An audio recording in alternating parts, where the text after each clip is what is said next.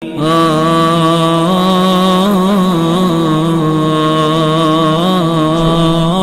الذين ينفقون اموالهم في سبيل الله كمثل حبة انبتت 7 سنابل، جو اللہ کے راستے میں خرچ کرتے ہیں ان کے صدقے کی مثال ایسی ہے جیسے ایک گندم کا خوشہ نکلے، گندم کا ایک پودا جس کے اندر 7 کونپلے ہوں، فی کل سنبلۃ 100 حبہ، ہر کونپل میں 100 دانے ہوں۔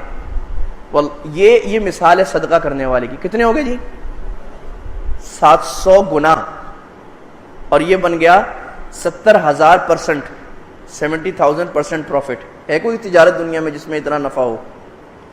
اچھا اتنا، چلو اللہ 700 گنا ملے گا صدقے پر۔ اللہ کہہ رہے نہیں بھائی، یہ اللہ کا دربار ہے جہاں کوئی لمٹ اور حد نہیں ہے۔ اللہ لامحدود ہے، اللہ کی عطائیں بھی لامحدود ہیں، کوئی اس کو حد میں لا نہیں سکتا۔ اللہ کہہ رہے واللہ یضاعف لمن یشاء، اللہ جسے چاہے ڈبل ٹرپل اور کوادرپل کر لے گا اور بڑھائے گا۔ یہ تو 700 گنا تو ملے گا انشاءاللہ اگر اخلاص سے صدقہ کیا، اور اللہ جسے چاہے اور بڑھائے گا۔ علماء نے لکھا ہے، مفسرین نے، اللہ بڑھائے گا کس بنا پر؟ میں نے 10 روپے صدقہ کیا، مجھے 10 لاکھ کا ثواب ملا، آپ نے 10 روپے صدقہ کیا، آپ کو 10 ارب کا ثواب مل رہا ہے۔ کیوں؟ تو فرمایا کہ اس میں بہت سارے فیکٹرز ہیں۔ نمبر 1 نیت، کس نیت سے صدقہ کیا، جس کی جتنی خالص نیت ہوگی اتنا ثواب زیادہ ہوگا۔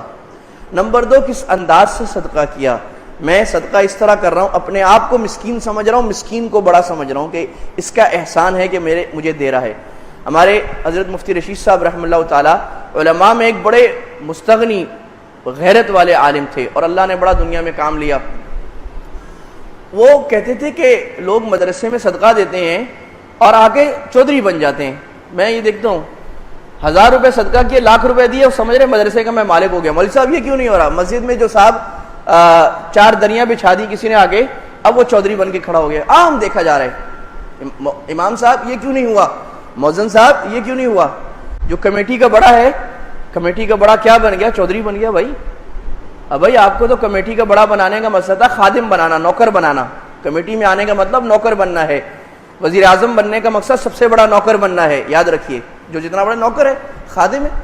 آپ چودھری بن گئے، امام صاحب کو آگے آپ نے آج یہ کیوں بات کی، یہ کیا کیا، ڈانٹے جا رہے، یہ کیا کہ وہ بھائی اپنے صدقے کو آپ نے برباد کر دیا، اس سے اچھا آپ نہ کرتے یہ کام۔ اللہ، تو میں کیا عرض کر رہا تھا؟ ایک مثال عرض کر رہا تھا۔ نمبر 1 پہلا فیکٹر کیا ہے صدقے میں؟ صدقے میں زیادہ پروڈکٹیوٹی لانے کا اخلاص۔ نمبر 2 انداز، اگر آپ تواضع کے ساتھ، عاجزی کے ساتھ، محبت کے ساتھ، پیار کے ساتھ صدقہ کیا ہے تو اس میں اس کا ثواب زیادہ ملے گا۔ ایک میں صدقہ ایسے کر رہا ہوں،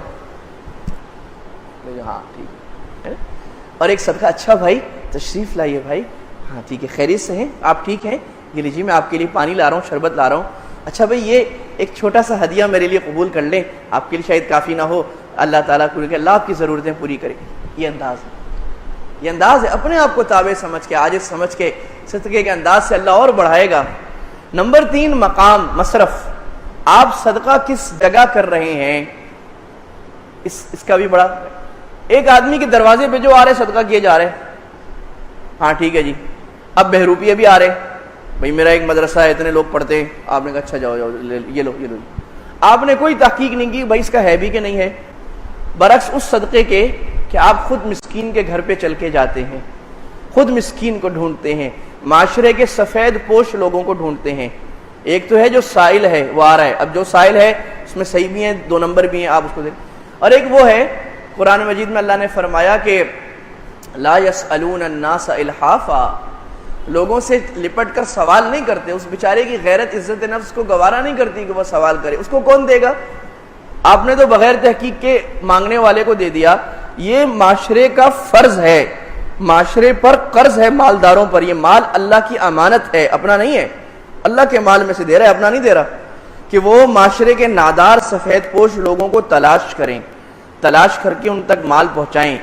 جو لوگ ہماری ریچ میں نہیں ہیں، ہم سے دور ہیں، وہ اس علاقے میں امیر لوگ نہیں ہیں، اس علاقے میں غریبوں تک مال پہنچایا جائے، مسکینوں تک، بیماروں تک، ناداروں تک، جن پر قرض ہے ان تک پہنچایا جائے۔